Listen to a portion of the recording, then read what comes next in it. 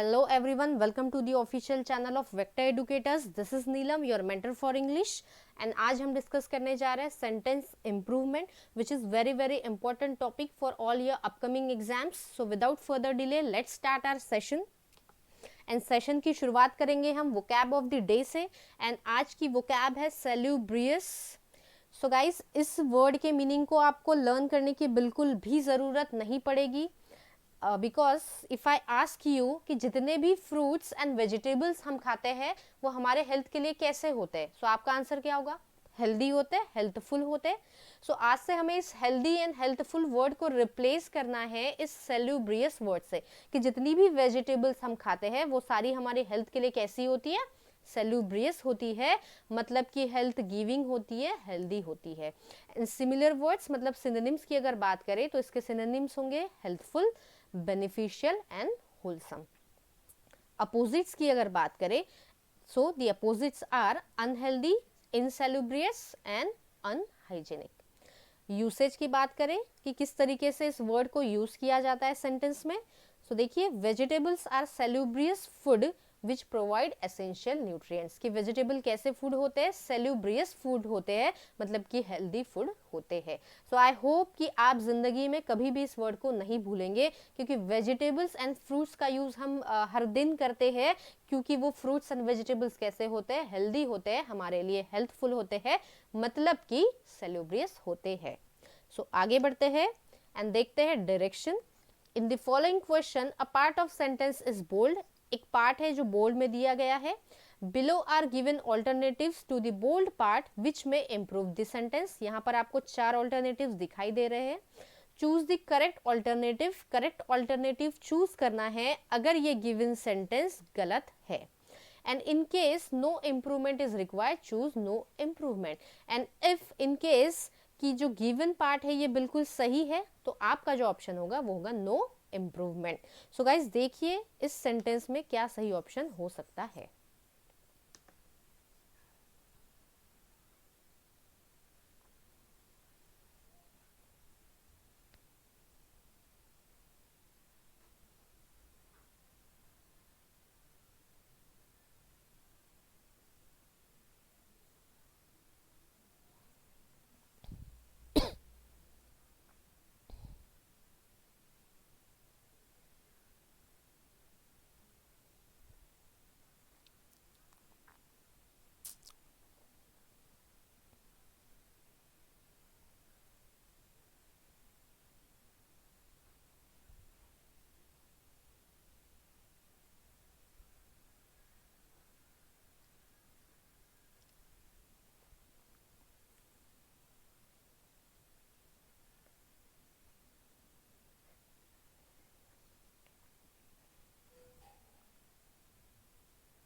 So let's check guys. The boy told his teacher to explain the passage. सो यहाँ पर बात की जा रही है, बॉय मतलब कि स्टूडेंट होगा, एंड उसकी टीचर से वो कह रहा है कि पैसेज एक्सप्लेन करने के लिए या पैसेज को एक्सप्लेन कर दीजिए. सो यहाँ पर स्टूडेंट एंड टीचर के बीच का कॉन्वर्सेशन है, सो ये काफ़ी पोलाइट होना चाहिए. So if you are asking someone to do something, मतलब आप पोलाइटली उसे रिक्वेस्ट कर रहे हो, क्योंकि आस्क जो वर्ड होता है इसका यूज़ हम काफ़ी पोलाइट तरीके से किया जाता है. सो यहाँ पर ये सही आंसर हो सकता है. टोल्ड यहाँ पर नहीं होगा, क्योंकि अगर आप किसी से टेल वर्ड का यूज करते हैं, मतलब आप उसको ऑर्डर दे रहे हैं कुछ करने के लिए या कुछ करने के लिए कह रहे हैं, लेकिन यहाँ पर स्टूडेंट एंड टीचर की बात की जा रही है. सो ये जो तरीका होगा ये काफ़ी पोलाइट होगा. सो आस्क्ड वर्ड यहाँ पर बिल्कुल सही तरीके से फिट हो रहा है. सेड मतलब कहना, ये भी यहाँ पर एलिमिनेट हो जाता है. सेड हिज टीचर भी नहीं, एंड नो इम्प्रूवमेंट भी यहाँ एलिमिनेट हो जाएगा, मतलब कि सही आंसर होगा asked his teacher. Next question देखते हैं. You should avoid to make such trivial mistakes. So यहाँ पर देखिए इसका सही आंसर क्या हो सकता है.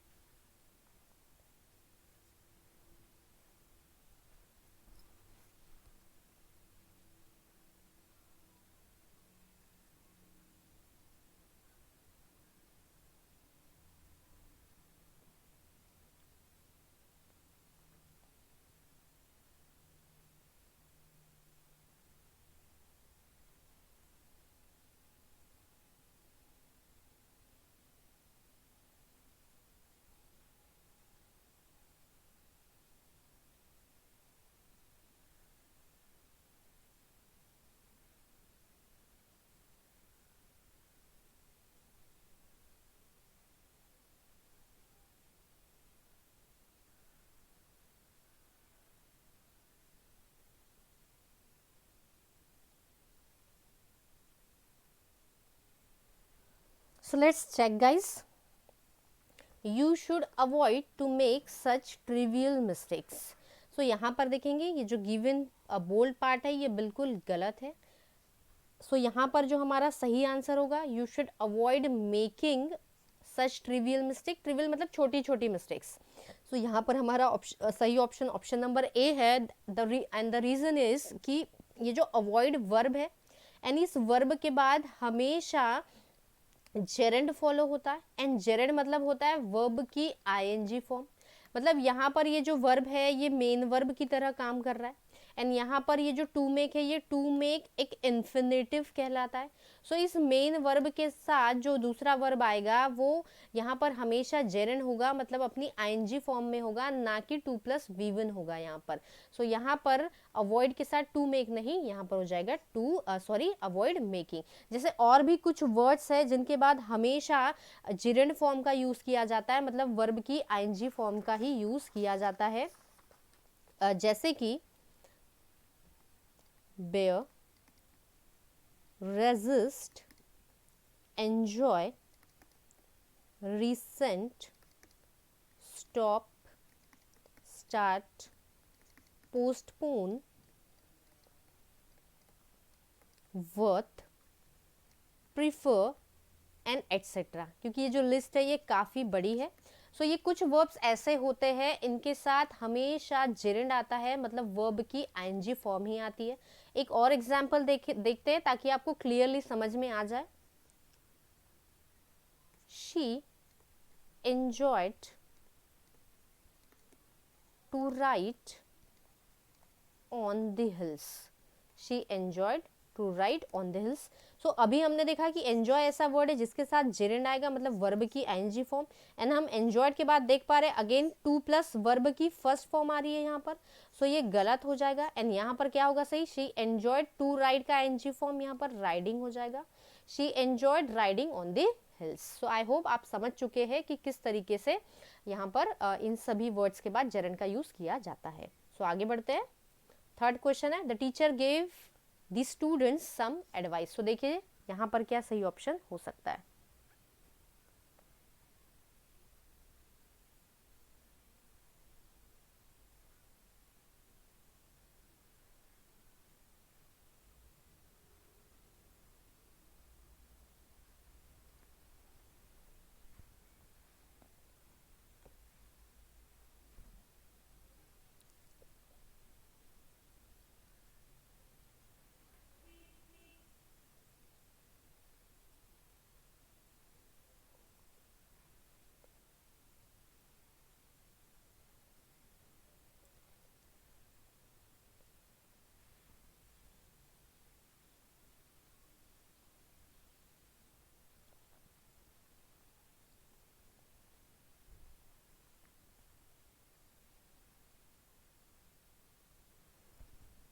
So let's check guys. The teacher gave the students some advice. And यहाँ जो सही ऑप्शन होगा ये ऑप्शन नंबर डी है, दैट इज नो इम्प्रूवमेंट. यहाँ किसी भी इम्प्रूवमेंट की जरूरत नहीं है, बिकॉज एडवाइस एक नाउन है जो कि एक अनकाउंटेबल नाउन है, मतलब ऐसा नाउन जिसकी हम काउंटिंग नहीं कर सकते. एन अनकाउंटेबल नाउन, जैसे यहाँ पर देखिए ये एडवाइस यहाँ पर नाउन है, लेकिन अगर बात करें ADVISE, जैसे कि यहाँ पर ये option number B and option number C में दिया गया है. सो एडवाइस एक वर्ब होता है. ADVIC जब आता है ये एक नाउन कहलाता है, एंड ADVISE जब होता है ये एक वर्ब कहलाता है. सो इस बेस पर हम option number B and option number C को यहाँ से एलिमिनेट कर सकते हैं, बिकॉज यहाँ पर किसी एक्शन की बात नहीं की जा रही है, कि कोई एक्शन एडवाइस दी नहीं जा रही है. यहाँ पर बोला जा रहा है, यहाँ पर जो मेन वर्ब है एक्शन वर्ड है, यहाँ पर ये गेव है. द टीचर गेव, टीचर ने स्टूडेंट्स को एडवाइस दी. सो यहाँ पर ये एडवाइस एक नाउन है, ना कि यहाँ पर वर्ब है. सो इस बेस पे हमने ये दो ऑप्शंस तो एलिमिनेट कर ही दिए. फिर बचा हुआ ऑप्शन ऑप्शन नंबर ए है, वहां पर लिखा हुआ एडवाइसेस. एंड अभी मैंने आपको बताया कि एडवाइस एक अनकाउंटेबल नाउन है, मतलब ऐसा नाउन जिसकी हम काउंटिंग नहीं कर सकते. एंड ऐसे नाउन जो अनकाउंटेबल होते हैं उनका प्लूरल फॉर्म एग्जिस्ट नहीं करता. कुछ ही एक्सेप्शंस होते हैं अनकाउंटेबल नाउन में जिनके हम प्लूरल फॉर्म यूज कर पाते हैं. सो एडवाइस का प्लूरल फॉर्म नहीं एग्जिस्ट करता, इसलिए ये भी ऑप्शन यहाँ पर एलिमिनेट हो जाता है. एंड जो गिवन बोल्ड है ये बिल्कुल, गिवन बोल्ड जो वर्ड है ये बिल्कुल सही है, इसलिए हमारा ऑप्शन नंबर डी बिल्कुल करेक्ट ऑप्शन होगा। नेक्स्ट क्वेश्चन देखते हैं। The passengers are waiting for the bus outside the bus stand at the main gate for long. So देखिए गाइस, इसका सही आंसर क्या हो सकता है?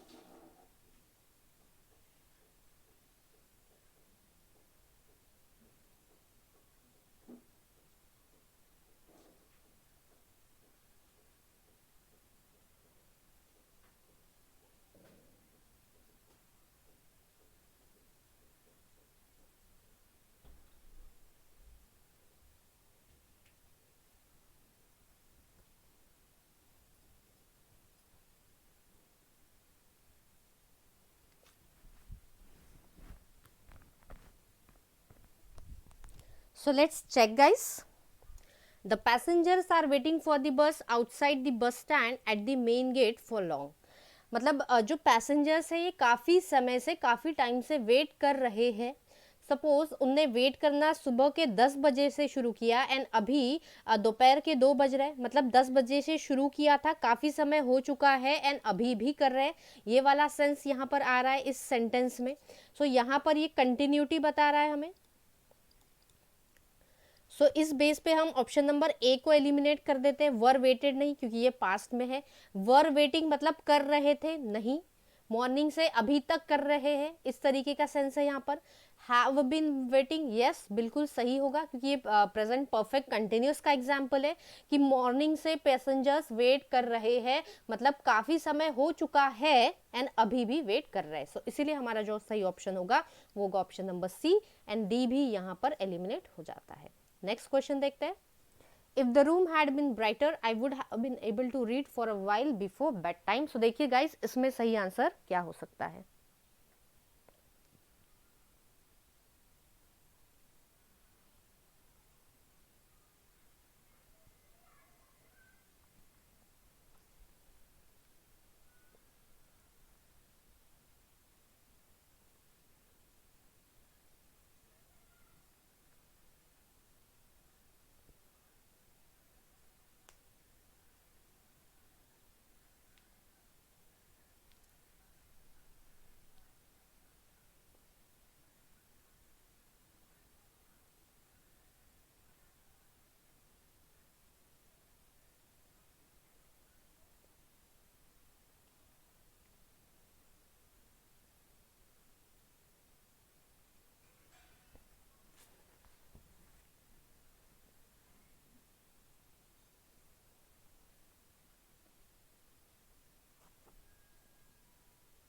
So let's check guys. If the room had been brighter, I would have been able to read for a while before bedtime.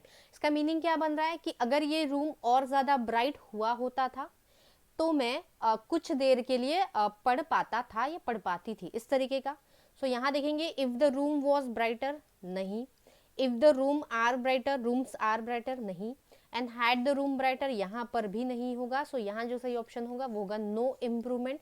And यहाँ पर ये जो होता है वुड हैव बिन ये हमें या फिर हम कहें कि इफ़ हैड बिन ब्राइटर, ये हमें एक इमेजिनरी सिचुएशन के बारे में बताता है कि ऐसी सिचुएशन जो जस्ट हम इमेजिन कर रहे हैं, यहाँ पर भी इमेजिन ही किया जा रहा है कि अगर रूम ज़्यादा और ज़्यादा ब्राइट हुआ होता था तो मैं पढ़ पाता था, इस तरीके से। सो यहाँ पर कोई भी करेक्शन की ज़रूरत नहीं है। सो हमारा जो सही ऑप्शन होगा वो होगा option number D. Next question देखते हैं। The reason why he wrote the letter was because he could not correct him over the phone. So देखिए यहाँ पर सही ऑप्शन क्या हो सकता है?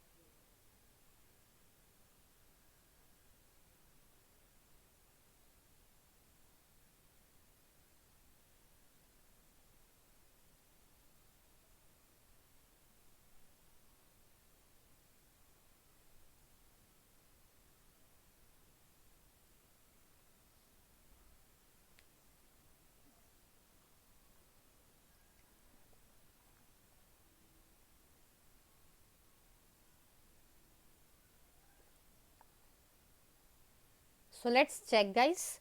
The reason why he wrote the letter was because he could not correct him over the phone. So given highlighted part बिल्कुल गलत है. सो हमें इसे रिप्लेस करना है. एंड हमेशा आपको याद रखना है गाइस कि जब भी आता है द रीजन वाई के साथ हमेशा जो कंजंक्शन होता है वो दैट आता है, ना कि बिकॉज या कोई और कंजंक्शन. आई रिपीट, जब भी आएगा the reason why and the reason why के बाद अगर कोई कंजंक्शन आना है तो वो हमेशा दैट होगा, ना कि कोई और कंजंक्शन. सो यहाँ पर चेक करते हैं. Why he wrote the letter was since, नहीं, गलत हो जाएगा. For which he wrote the letter, because, ये भी गलत हो जाएगा. Why he wrote the letter was that, yes, ये ऑप्शन बिल्कुल सही है. एंड नो इम्प्रूवमेंट भी यहाँ पर एलिमिनेट हो जाएगा. नेक्स्ट क्वेश्चन देखते हैं.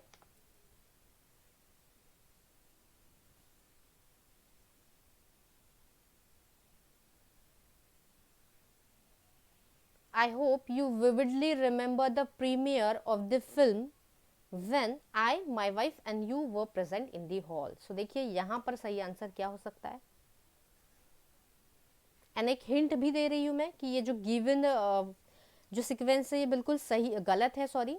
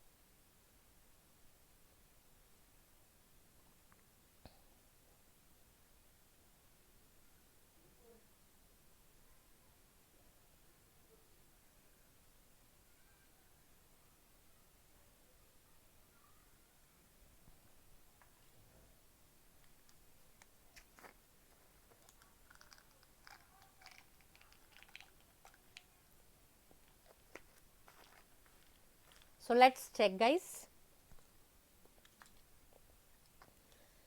यहाँ पर देखिए I, my wife and you. यहाँ पर ये I फर्स्ट पर्सन प्रोनाउन है, माई वाइफ यहाँ पर ये थर्ड पर्सन है, एंड यू यहाँ पर ये सेकेंड पर्सन है. मतलब कि जैसे मैं आपसे डिस्कशन कर रही हूँ तो मेरे लिए मैं फर्स्ट पर्सन होती हूँ, मैं जिससे डिस्कशन कर रही हूँ वो हमारे लिए सेकेंड पर्सन होते हैं, एंड जिसके बारे में या फिर जो ऐसा पर्सन जो हमारे साथ प्रेजेंट नहीं है एंड उसके बारे में भी बात कर रहे हैं, सो वो थर्ड पर्सन होता है, जैसे कि यहाँ माई वाइफ. तो इसका जो सिक्वेंस होता है ये सिक्वेंस होना चाहिए 2, 3, 1. मतलब तीन लोगों के बारे में ये तीन प्रोनाउन मेंशन किए गए हैं एंड तीनों सिंगुलर है. जैसे आई एक ही पर्सन है, सिंगुलर है, माय वाइफ भी सिंगुलर है एंड यू भी यहाँ पर सिंगुलर है. एंड तीनों यहाँ पर अगर सिंगुलर है तो इनका सीक्वेंस होता है 2, 3, 1. मतलब कि सीक्वेंस में पहले हमें सेकंड पर्सन लिखना है, देन थर्ड पर्सन को लिखा जाएगा एंड देन फर्स्ट पर्सन को.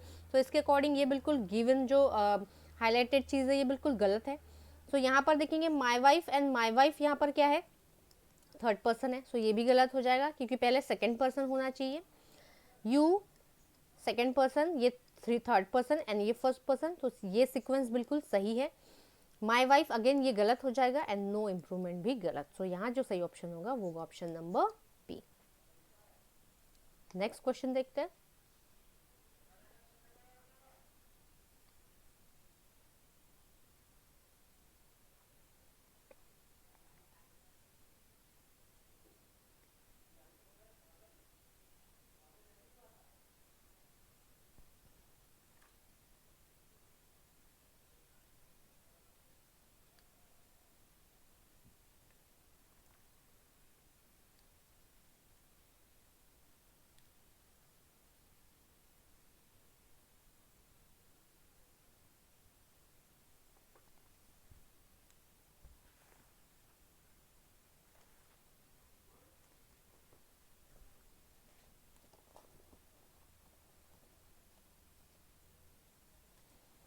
So let's check, guys. When a thundering roar, the huge rocket soared up from the launching pad. अब यहाँ पे soar मतलब ही होता है कि काफ़ी ऊपर चला जाना या राइज अप होना, मतलब ये गिवन फ्रेज बिल्कुल यहाँ गलत है. नेक्स्ट देखते हैं, फ्ल्यू अप. फ्ल्यू अप मतलब यहाँ पर होता है ऊपर उड़ जाना, तो ये गलत हो जाएगा. वेंट अपवर्ड्स थोड़ा ऊपर गया, यस ये बिल्कुल सही हो सकता है. टुक ऑन ये भी गलत हो जाएगा. एंड नो इम्प्रूवमेंट भी गलत. यहाँ पर हो जाएगा वेंट अपवर्ड्स, क्योंकि यहाँ बात की जा रही है रॉकेट की. सो इस सेंस में हमारा ऑप्शन नंबर बी ही सही होगा, ना कि ए या ना कि सी. Next question.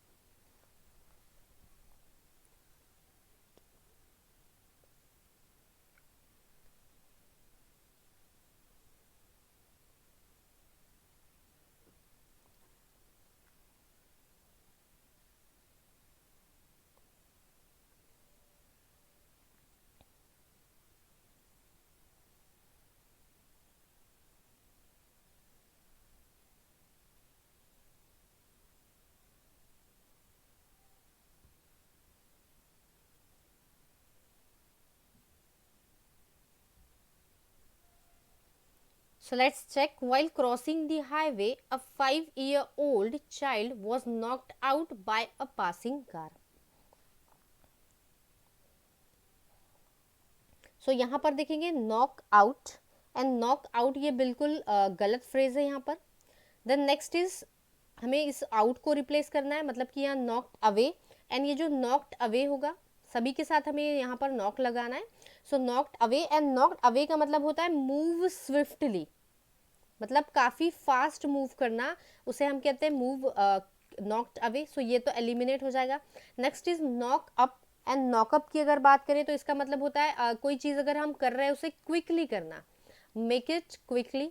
सो ये भी ऑप्शन यहाँ पर सही नहीं होगा, क्योंकि यहाँ बात की जा रही है कि एक बच्चा है जो हाईवे क्रॉस कर रहा है, एंड उस जो पासिंग कार थी उस कार ने उसे हिट कर दिया है, स्ट्राइक कर दिया है. एंड नॉकडाउन, एंड नॉकडाउन यहाँ पर बिल्कुल सही आंसर होगा. इसका मतलब होता है स्ट्राइक कर देना या हीट कर देना. एंड नो इम्प्रूवमेंट भी यहाँ पर गलत हो जाएगा. सो सही ऑप्शन होगा नॉक्ड डाउन, मतलब कि यहाँ आउट रिप्लेस करेगा, डाउन रिप्लेस करेगा, सॉरी डाउन रिप्लेस करेगा इस आउटवर्ड को. नेक्स्ट क्वेश्चन देखते हैं.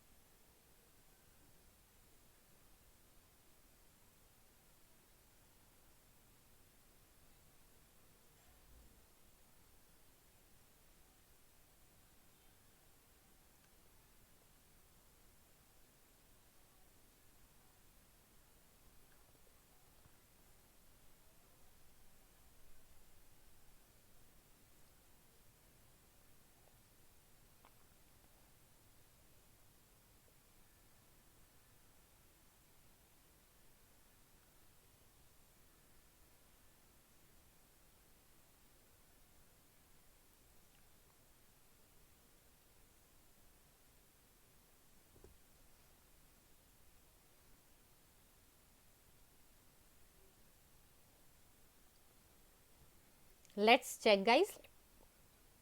After heavy rains last week मतलब पास्ट की बात की जा रही है, the water in the lake raised another 2 feet.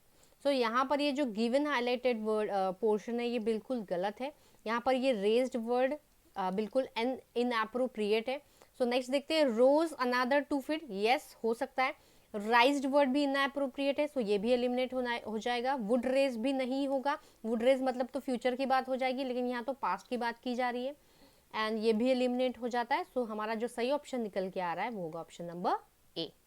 Next question देखते हैं. An overdose of any medicine is enough fatal to a plant as to a man. तो यहाँ देखिए सही आंसर क्या हो सकता है.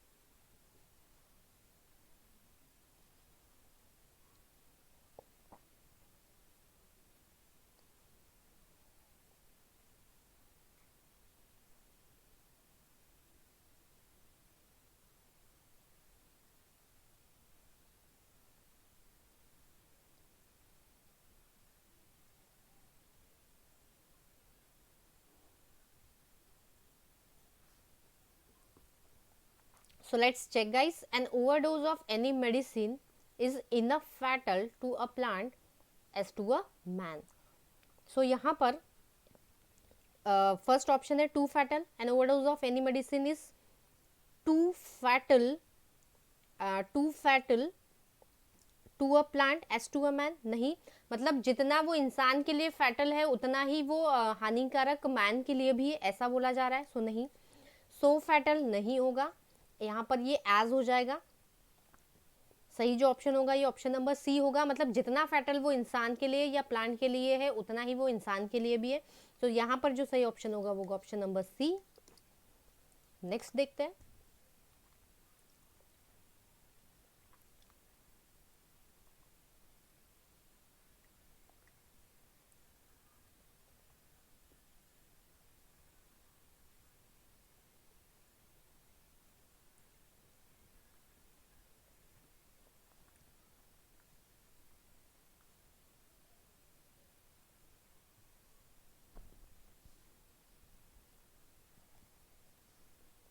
After a few hours, the unconscious patient began to come out. Okay, देखिए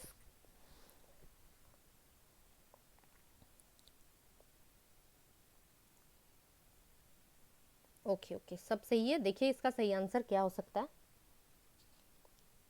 एक्चुअली मुझे डाउट हो रहा था एक ऑप्शन में, लेकिन बिल्कुल सही है सारे ऑप्शंस.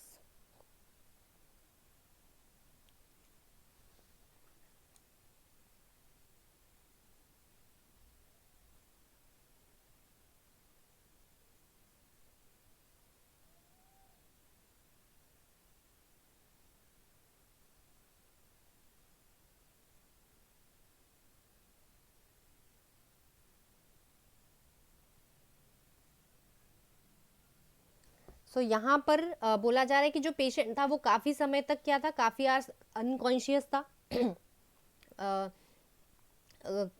मतलब काफ़ी टाइम अनकॉन्शियस होने के बाद ही began to come out. And come out यहाँ पर ये बिल्कुल गलत फ्रेज है. कम अराउंड बिल्कुल यहाँ पर सही फ्रेज होगा, जिसका मतलब होता है टू रिकवर. कि किसी कॉन्शियस अनकॉन्शियसनेस से या फिर किसी बीमारी से रिकवर होना, उसे हम कहते हैं कम अराउंड. सो यहाँ जो सही ऑप्शन होगा वो option number A. So guys, EDM of the day and आज का ईडीएम है to have a green thumb. And to have a green thumb आप इमेज से समझ गए होंगे कि if somebody has a green thumb मतलब he has ability to grow plants. यहाँ पर देखिए क्या कहा जा रहा है. When you have a green thumb you know how to grow green healthy plants and flowers. So someone who is interested in gardening, someone who grows plant, जिसको बहुत ज़्यादा इंटरेस्ट होता है गार्डनिंग में या हमेशा गार्डनिंग करता है या बहुत अच्छे से गार्डनिंग कर पाता है, उसे हम कहते हैं he has a green thumb. Usage देखते हैं. My uncle has a really beautiful garden, he sure has a green thumb. So guys, आज का इडियम आई होप आपको समझ में आ गया है एंड आप कभी भी नहीं भूलेंगे. And please let me know how many of you have a green thumb, because I do have a green thumb too. So thank you very much guys. Do like, share and subscribe my videos.